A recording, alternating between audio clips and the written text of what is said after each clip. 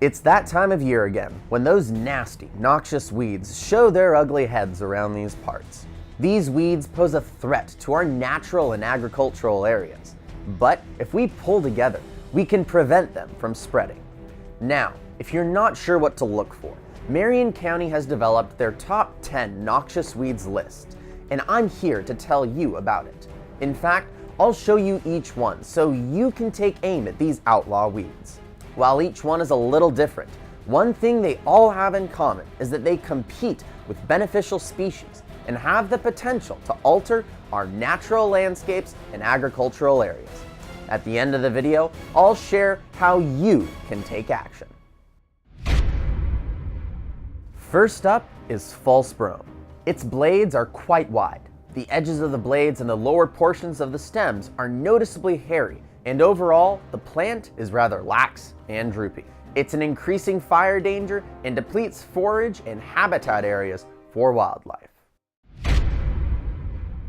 Next is the Japanese and giant knotweed, which is mostly found on stream banks, moist places, roadsides, and neglected gardens. The Japanese leaf size is between 4 and 6 inches, while the giant has leaves between 10 and 12 inches. They produce small white-green flowers in clusters that droop from the leaf. The stems are red-brown, stout, hollow, and swollen at the nodes like bamboo. These weeds reduce biodiversity as well as clog small waterways. Third on the list is meadow and spotted knapweed, found on roadsides near overgrazed pasture. It's a stout plant, 1 to 5 feet tall, and its leaves are up to 6 inches long. They are narrow, coarsely lobed, and tapering off towards the top. It also produces 1 to 3 pink to purple flowers at the branch ends, with black triangular spots on its bracts. These weeds can reduce forage for wildlife and livestock, as well as cause problems for tree growers. Fourth on the list is the milk thistle, which can be up to 6 feet tall. It has distinctive white marbling on its leaves and spines, as well as on leaf edges and the branched stems. There is a single large pink and purple flower on each stem. The nitrate in the weed can poison cattle and sheep. Number 5 on our list is the puncture vine. It has a low-growing, mat-forming plant with small leaflets and small yellow flowers. It also has hard, spiny burrs which develop after flowering. It is found by disturbed sites, especially roadsides and agricultural fields. It contaminates bean and pea crops, assaults bike tires, shoe soles, animal feet, and mouths. Sixth on our list is purple loosestrife, which is found along creeks, rivers, and wetland areas. It has a square stem and is often quite hairy with magenta flower spikes, which show throughout summer. It reduces forage for wildlife and threatens habitats for waterfowl.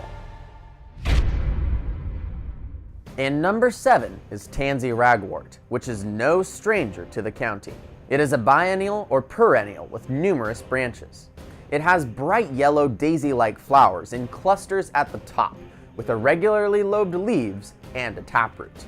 It is found in fields, pastures, and along roadsides. It's dangerous because it can poison livestock.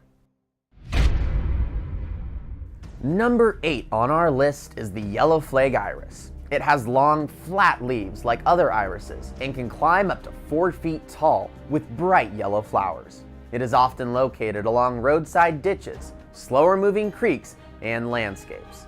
It takes over aquatic habitats, blocking and even partially damming waterways.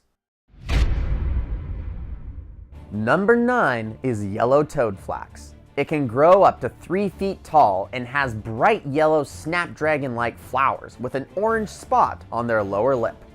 They are often found in fields, overgrazed pastures, waste areas, and roadsides. They are sometimes sold as ornamentals, but be sure to avoid these weeds. And finally, number 10, the garlic mustard. It's neither garlic nor mustard, but a problem to be stopped.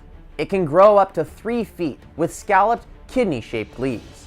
It has a single flower stalk with multiple 4-petaled flowers at the top and has a garlic odor when its leaves are crushed.